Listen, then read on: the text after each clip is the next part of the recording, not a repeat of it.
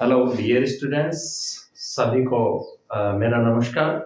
Dear students, आज की जो हमारी जो क्लास रहेगी, ये हम जो बात करेंगे ब्रिटेन की संसद के संदर्भ में जो है हमारी क्लास रहेगी।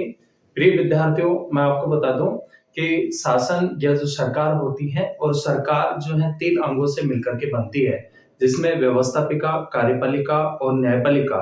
तो जो सरकार होती है, सरकार में व्यवस्थापिका का महत्वपूर्ण जो है रोल होता है। और विभिन्न देशों में जो व्यवस्थापिका हैं, उनको जो है अलग-अलग देशों में अलग-अलग नामों से जाना जाता है। लेकिन व्यवस्थापिका का जो प्रमुख जो काम होता है, कार्य होता है, वो कानूनों का क्या करना होता है? निर्माण करना होता है। प्रिय विद्यार्थियों, भारतीय राज्य व्यवस्था के साथ-साथ में हमें जो है विभिन्न देशों की जो राज्य व्यवस्थाएँ हैं, उनके संदर्भ में भी जो है जानकारी होना हमारे लिए जो है बहुत ही आवश्यक है। तो आज जो है हम आज की क्लास के अंतर्गत ब्रिटेन की संसद के संदर्भ में बात करेंगे। और संसदीय जो शासन प्रणाली है भारत में, वो ब्रिटेन से ही जो है अंगीकार की गई है, उसको लिया गया है। और जो है ब्रिटिश संसद को संसदों की जननी के नाम से जाना जाता है। तो चलिए डियर स्टूडेंट्स, बात करते हैं ब्रिटेन की संसद। देखिए, सबसे पहले हम इसके निर्माण की बात करेंगे कि ब्रिटेन की जो संसद है वो किस किस से मिलकर के बनती है। तो डियर स्टूडेंट्स, मैं आपको बता दूं कि ब्रिटेन में भी जो है संसदीय शासन प्रणाली है। और संसदीय शासन प्रणाली के अंतर्गत यहाँ नाम मात्र की जो कार्यपालिका के अंतर्गत जो आता है, वो कौन आता है? सम्राट आता है। कौन आता है? सम्राट। ठीक है ना। भारत में राष्ट्रपति का पद है नाम मात्र की कार्यपालिका के अंतर्गत, जबकि ब्रिटेन के संदर्भ में हम देखते हैं तो ब्रिटेन में कौन आता है? सम्राट आता है। ब्रिटेन में कौन आता है? सम्राट। ठीक है। तो यहाँ पे भी जो है सम्राट, ब्रिटेन में जो है सम्राट है। उसके बाद में एक आता है कॉमन सभा। इसके सदस्यों की बात करें तो जो है कॉमन सभा। कौन सी सभा? कॉमन सभा, जो कि निम्न सदन है यहाँ का। जबकि भारत में निम्न सदन के संदर्भ में हम बात करते हैं तो कौन सा आता है? लोकसभा आता है। जबकि ब्रिटेन में क्या होता है? निम्न सदन, कॉमन सभा। और दूसरा जो सदन है यहाँ पे जो है, कौन सा सदन? लॉर्ड सभा है। ठीक है। कौन सा सदन है? लॉर्ड सभा, जो कि उच्च सदन है। कौन सा सदन है? उच्च सदन है।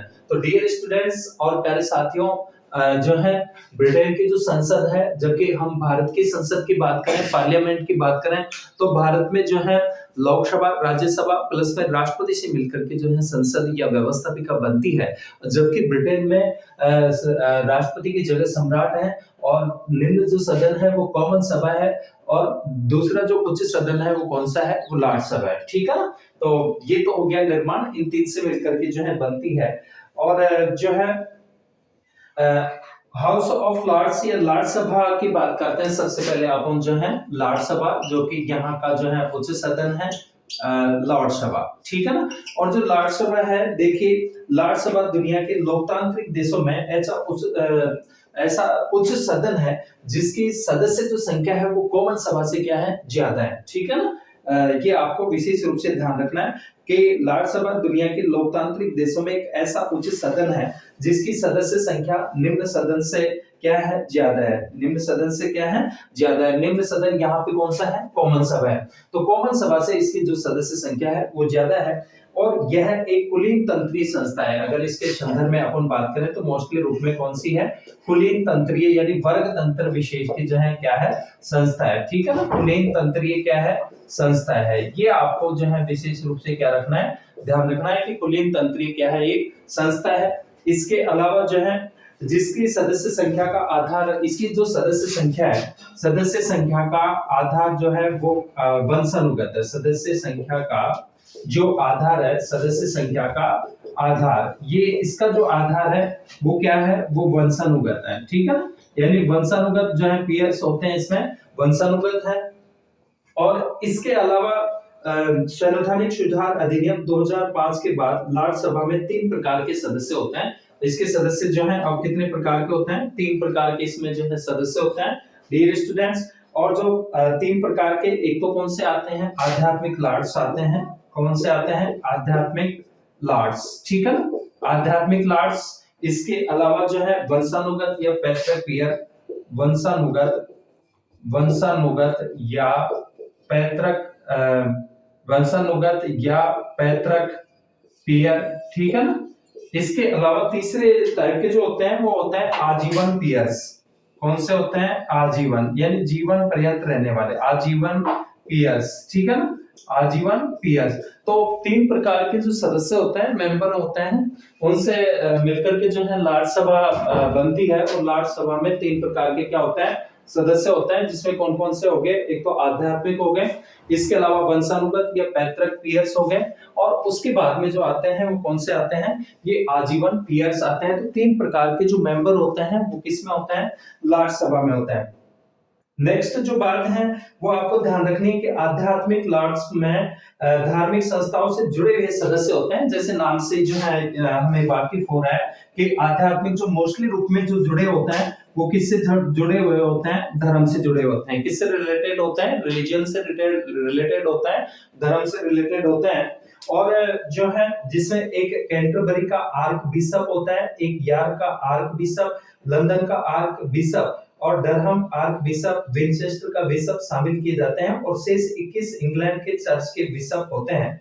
वंशानुगत पैतृक पीयर की बात करें तो दिसंबर 1999 में पारित अधिनियम के अनुसार वंशानुगत पीयरों की भी 3 श्रेणियां हैं। एक तो दलीय साथी पीयरों से निर्वाचित सदस्य, इसके अलावा पदाधिकारी जिन्हें संपूर्ण सदन निर्वाचित करता है, और इसमें जो है राजघराने के जो है सदस्य क्या होते हैं, शामिल होते हैं। तीसरे नंबर के आजीवन पीयर्स के संदर्भ में जब हम देखते हैं तो आजीवन जो पीयर्स हैं, आजीवन पीयर्स के संदर्भ में आजीवन में के जो है आजीवन पीयर्स एक्ट 1958 के द्वारा इस बात का प्रावधान किया गया है कि साम्राज्ञी को प्रधानमंत्री के परामर्श से आजीवन पीयर्स की नियुक्ति की शक्ति प्रदान की गई है।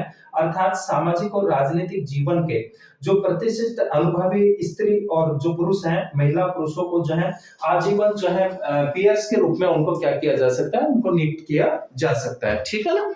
इसके अलावा जो है तो 3 प्रकार के सदस्य हो गए, आध्यात्मिक लॉर्ड्स हो गए, वंशानुगत या पैतृक पीयर्स हो गए, और जो है इसके अलावा जो है आजीवन पीयर्स। तो 3 प्रकार के सदस्य इसमें क्या होते हैं, शामिल होते हैं, किसमें, लॉर्ड सभा में।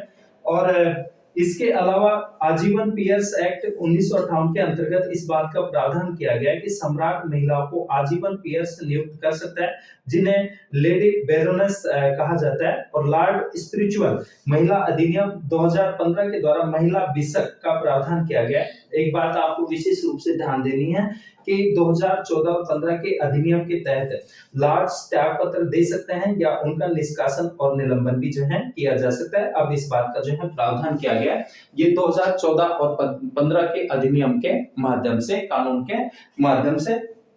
इसके अलावा जो है लेकिन आपको आगे ध्यान रखना है कि चर्चिल ने लॉर्ड सभा की अप्रतिनिधि, अनुत्तरदायी व अनुपस्थित सदन कहा। किसने कहा, चर्चिल ने कहा लॉर्ड सभा को अप्रतिनिधि, अनुत्तरदायी और अनुपस्थित सदन कहा है। संवैधानिक सुधार अधिनियम 2015 के द्वारा एक चौथे प्रकार के लॉर्ड सभा सदस्य को लॉर्ड्स ऑफ अपील की व्यवस्था को क्या कर दिया गया है, समाप्त कर दिया गया है। और आजीवन पीयर्स अधिनियम 1958 के द्वारा लॉर्ड सभा की संरचना में 2 महत्वपूर्ण बदलाव आए।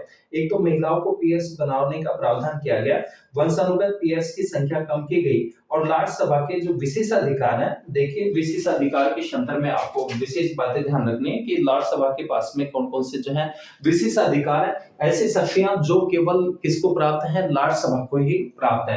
तो उसमें मोस्टली जो है एक तो जो है कि सदस्यों को भाषण की पूर्ण स्वतंत्रता प्राप्त होती है। इसमें लॉर्ड सभा में विशेषाधिकारों की बात करें, किसकी बात करें, विशेषाधिकार, विशेषाधिकार के इसके सदस्यों को भाषण की पूर्ण स्वतंत्रता प्राप्त है, ठीक है ना। सदस्यों को भाषण की पूर्ण रूप से स्वतंत्रता प्राप्त होती है, ठीक है ना, पूर्ण रूप से स्वतंत्रता क्या होती है, प्राप्त होती है। ये इसका जो है विशेषाधिकार है लॉर्ड सभा का, कि लॉर्ड सभा के जो मेंबर होते हैं, सदस्य होते हैं, उनको भाषण की पूर्ण रूप से क्या होती है, स्वतंत्रता प्राप्त होती है। और लॉर्ड्स व्यक्तिगत रूप से सम्राट से सार्वजनिक विषयों पर वार्ता करने का अधिकार रखते हैं। ये सम्राट से जो है व्यक्तिगत रूप से क्या कर सकते हैं, वार्ता कर सकते हैं, परामर्श कर सकते हैं, ठीक है ना, कि वार्ता करने का अधिकार रखते हैं। लेकिन ध्यान रखना कि लॉर्ड सभा के सदस्य निम्न सदन के चुनाव में मताधिकार और चुनाव में उम्मीदवार होने का अधिकार प्राप्त इनको नहीं है। यदि कोई पीयर्स लोक सेवा अधिकारी है तो वह न तो सदन में भाषण दे सकता और न ही मतदान में भाग ले सकता है। लॉर्ड सभा के अध्यक्ष की बात करें तो लॉर्ड चांसलर या लॉर्ड स्पीकर के नाम से इसको जाना जाता है, ठीक है। इसमें अध्यक्ष की बात करें तो लॉर्ड्स जो है लॉर्ड चांसलर या जो है इसको लॉर्ड स्पीकर के नाम से इसको जाना जाता है। और 2005 से पहले प्रधानमंत्री के परामर्श से सम्राट के द्वारा नियुक्त लॉर्ड चांसलर लॉर्ड सभा की अध्यक्षता करता था, लेकिन संवैधानिक सुधार अधिनियम 2005 के द्वारा यह प्रावधान किया गया कि लॉर्ड चांसलर इसकी अध्यक्षता नहीं करेगा, अपितु इसकी अध्यक्षता के लिए लॉर्ड स्पीकर की व्यवस्था की गई है। और नई व्यवस्था के अनुसार 2006 में लॉर्ड सभा के स्पीकर का निर्वाचन किया गया। लॉर्ड सभा के स्पीकर के अतिरिक्त कुछ अन्य अधिकारी भी होते हैं तथा समितियों का लॉर्ड सभापति रिकॉर्ड देखने के लिए कलर्ड जेंटलमैन, असर ऑफ द ब्लैक टॉड और सार्जेंट एंड आर्म्स होते हैं। लॉर्ड स्पीकर का कार्यकाल जो होता है वो कितने वर्ष होता है? 5 वर्ष होता है, ध्यान रखना। और लॉर्ड सभा के सत्र की बात करें तो लॉर्ड सभा वेस्टमिनिस्टर स्थित भवन में एकत्रित होते हैं। इसके अधिवेशन कॉमन सभा के साथ साथ ही चलते हैं और इसकी जो बैठक है मंगलवार, बुधवार और गुरुवार को होती है, परंतु कभी-कभी सोमवार को भी हो जाती है। बैठक के लिए गणपूर्ति जो है 3 सदस्यों की उपस्थिति आवश्यक है, परंतु किसी विधेयक को पारित करने के लिए कम से कम जो है 30 सदस्य होने चाहिए, ठीक है। गणपूर्ति की बात करें तो जो है 3 सदस्य और विधेयक को पारित करने के लिए कितने मेंबर्स होने चाहिए?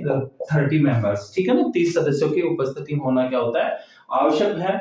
इसके अलावा 1911 और 1949 के संसदीय अधिनियम पारित होने के बाद लॉर्ड सभा कॉमन सभा की तुलना में बहुत ही अधिक शक्तिहीन हो गई है। शक्ति की दृष्टि से जो है ये 1911 से पहले की लोकसभा की छाया मात्र जो है रह गई, जो कि कॉमन सभा के यहाँ पे है। कॉमन सभा के जो प्रतिनिधि सदन है उसको कॉमन सभा के नाम से जाना जाता है। आग और जिन के शब्दों में बात करें तो आज लॉर्ड सभा दूसरा सदन ही नहीं अपितु दूसरे दर्जे का क्या हो गया? सदन हो गया। वित्त विधेयक के अलावा अन्य सभी विधेयक ब्रिटेन की संसद के किसी भी सदन में प्रस्तावित किए जा सकते हैं, परंतु विधेयकों के संबंध में अंतिम निर्णय की शक्ति जो है किसको प्राप्त होती है? कॉमन सभा को प्राप्त होती है। जैसे डियर स्टूडेंट्स, भारत में भी धन विधेयक जो है सर्वप्रथम कहां पेश किया जा सकता है? लोकसभा में, राज्यसभा में नहीं, ठीक है। तो ऐसे जो है यहाँ पे भी जो है सभी जो साधारण विधेयक तो, लेकिन विधेयकों के अंतिम वित्त विधेयक के अलावा, ठीक है ना, साधारण विधेयक किसी भी सदन में पेश किए जा सकते हैं। लॉर्ड सभा अवित्तीय विधेयक को 1 वर्ष के लिए कानून बनाने से रोक सकती है और लॉर्ड सभा के द्वारा विधेयक को रोकने की अवधि के संबंध में कहा कि देर लगाने की शक्ति का 1911 के बाद बहुत कम और 1949 के बाद कभी भी प्रयोग नहीं किया गया।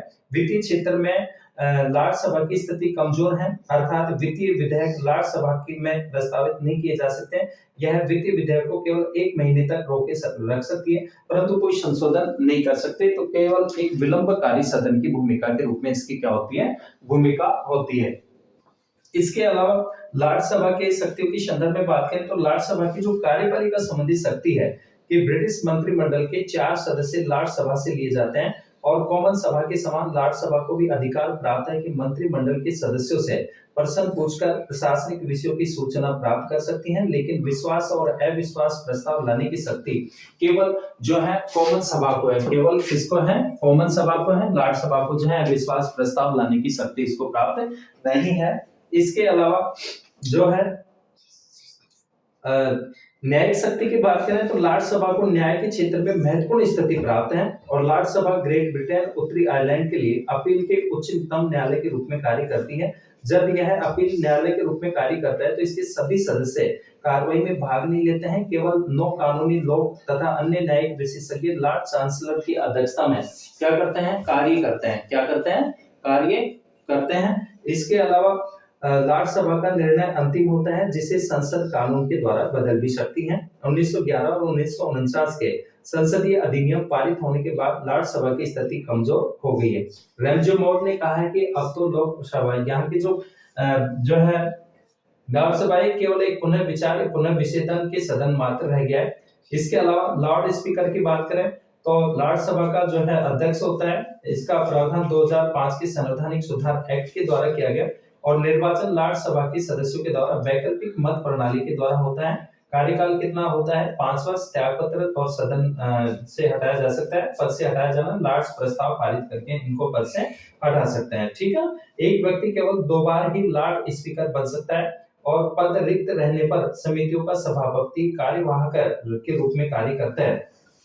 इसके बाद में हम बात करते हैं हाउस ऑफ जो है कॉमन की, और जो है इसमें जो सदस्य संख्या है कॉमन सभा में वो 650 है, जिसे निम्न सदन के नाम से जाना जाता है। निर्वाचन जो चुनाव जो होता है इसके सदस्यों का, वो निर्वाचन वयस्क मताधिकार के आधार पर किया जाता है, फर्स्ट पास्ट द पोस्ट प्रणाली के द्वारा। ठीक है, ब्रिटिश लोकसभा जो है कॉमन सभा लॉर्ड सभा की तुलना में अधिक शक्तिशाली है। ब्रिटेन में संसद की संप्रभुता पाई जाती है, जिसका अभिप्राय लोक सदन की प्रभु सत्ता से ही जो है मोस्टली रूप में होता है। ठीक है ना, तो यहाँ पे जो है ब्रिटेन में हमें संसदीय सर्वोच्चता देखने को मिलती है। क्या देखने को मिलती है? संसदीय सर्वोच्चता। तो जिसमें कॉमन सभा ही जो है शक्तिशाली हमें दिखाई देती है। और इसके अलावा जैसा कि न्यूमैन ने कहा कि संसद की संप्रभुता लोक सदन में निवास करती है और ब्रिटेन में पहली 21 वर्ष की आयु का प्रत्येक व्यक्ति वयस्क समझा जाता था, परंतु 1969 के अधिनियम के अनुसार 18 वर्ष की आयु प्राप्त करके प्रत्येक स्त्री पुरुष को मत देने का जो है अधिकार प्राप्त है। यहाँ पे भारत की तरह ही हमारे यहाँ पे जो वयस्क मताधिकार है, और हमारे यहाँ भी जो है वयस्क मताधिकार की जो आयु है पहले 21 वर्ष थी, लेकिन 61वें संविधान संशोधन के द्वारा 21 से घटा करके कितनी कर दी गई? 18 वर्ष। तो जो ब्रिटेन है, ब्रिटेन में भी वयस्क मताधिकार की जो आयु जो निर्धारित की गई है वो कितनी की गई है? वो 18 वर्ष अब निर्धारित है। और 1948 के बाद सभी निर्वाचन क्षेत्र एकल सदस्य बनाए गए और ब्रिटेन में 1872 में गुप्त मतदान प्रणाली जो है अपनाई गई। योग्यता की बात करें तो ग्रेट ब्रिटेन का नागरिक हो, न्यूनतम आयु 21 वर्ष की हो, मतदाता सूची में उसका नाम होना चाहिए, वह देश के प्रति निष्ठा की शपथ लेने को जो है तैयार हो देश के प्रति। लेकिन ध्यान रखना कि 1957 के लोक सदन अयोग्यता अधिनियम के द्वारा प्रावधान किया गया है कि निम्नलिखित व्यक्ति लोक सदन के सदस्य नहीं बन सकते। एक तो लॉर्ड सभा का सदस्य, जो व्यक्ति उत्तरी आयरलैंड, इंग्लैंड और स्कॉटलैंड चर्च की पादरी हो, जो स्कॉटलैंड के पियर्स हो, जो नगरों के मेयर या काउंटी का शेरिफ हो, जो राजमुकुट की अधीनता धारण करने वाला हो यानी सरकारी कर्मचारी, और जो सरकार से किसी रूप में लाभ प्राप्त नहीं करता हो। ठीक है ना। इसके बाद में कार्यकाल की बात करें तो कार्यकाल के संदर्भ में जो है कॉमन सभा का जो कार्यकाल होता है ये कितना होता है? ये 5 वर्ष होता है। कितना होता है? 5 वर्ष। लेकिन इसको जो है 5 वर्ष से अधिक भी बढ़ाया जा सकता है। कार्यकाल की बात करें तो जो कार्यकाल है वो कितना होता है? 5 वर्ष होता है, और 5 वर्ष से भी जो है इसको बढ़ाया जा सकता है। ठीक है। इसके अलावा जो है प्रधानमंत्री की सिफारिश के द्वारा सम्राट के माध्यम से अंतिम वर्ष अर्थात 5 वर्ष निर्वाचित तिथि से 25 दिवस से पूर्व कॉमन सभा का विघटन हो जाता है। ब्रिटिश कॉमन सभा का निर्वाचन 5वें वर्ष के मई महीने के पहले गुरुवार को मतदान यहाँ सुनिश्चित किया गया है। और इस अधिनियम के द्वारा जो पार्लियामेंट एक्ट 2011 के द्वारा इस बात का प्रावधान किया गया कि 5 वर्ष से पहले मध्यावधि चुनाव निम्न स्थिति में करवाए जा सकते हैं यदि कॉमन सभा अपने कुछ सदस्यों के 2/3 सदस्यों के बहुमत से पूर्व निर्वाचन का प्रस्ताव पारित कर दें, यदि अविश्वास प्रस्ताव पारित हो गया और अगले 14 दिन में दूसरी सरकार बनना संभव नहीं है। ध्यान रखना, इस अधिनियम के द्वारा सम्राट के द्वारा पीएम के परामर्श से कॉमन सभा को भंग करने के अधिकार को क्या कर दिया गया है? समाप्त कर दिया गया है। इसके अलावा ब्रिटेन में कॉमन सभा की सदस्यता को कर्तव्य माना गया है, अतः तकनीकी रूप से सदस्य अप्रत्यक्ष रूप से त्यागपत्र दे सकता है। इसके अलावा गणपूर्ति 40 सदस्य हैं, जबकि लॉर्ड सभा में गणपूर्ति कितनी होती है? 3 सदस्य। अधिवेशन की बात करें तो प्रत्येक संसदीय निर्वाचन के पश्चात सम्राट के अभिभाषण के साथ प्रारंभ होता है, जैसी कार्रवाई स्पीकर और एक अन्य सदस्य होने पर जारी रह सकती है। इसके बाद में स्टेट ओपनिंग की बात करें तो साम्राज्ञी के अभिभाषण जिसके साथ अधिवेशन प्रारंभ होता है और प्रत्येक वर्ष संसद सत्र प्रारंभ होने से पहले होता है। इस दौरान साम्राज्ञी लॉर्ड सदन कॉमन सभा का एक साथ संवाद होता है। ठीक है।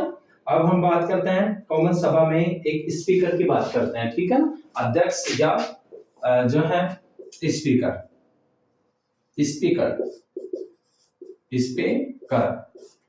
तो स्पीकर जो है कि पीएम नेता प्रतिपक्ष के नेता के परामर्श से एक नाम स्पीकर के लिए प्रस्तावित करता था, जिसे सभी सदस्य निर्विरोध रूप से निर्वाचित कर लेते थे।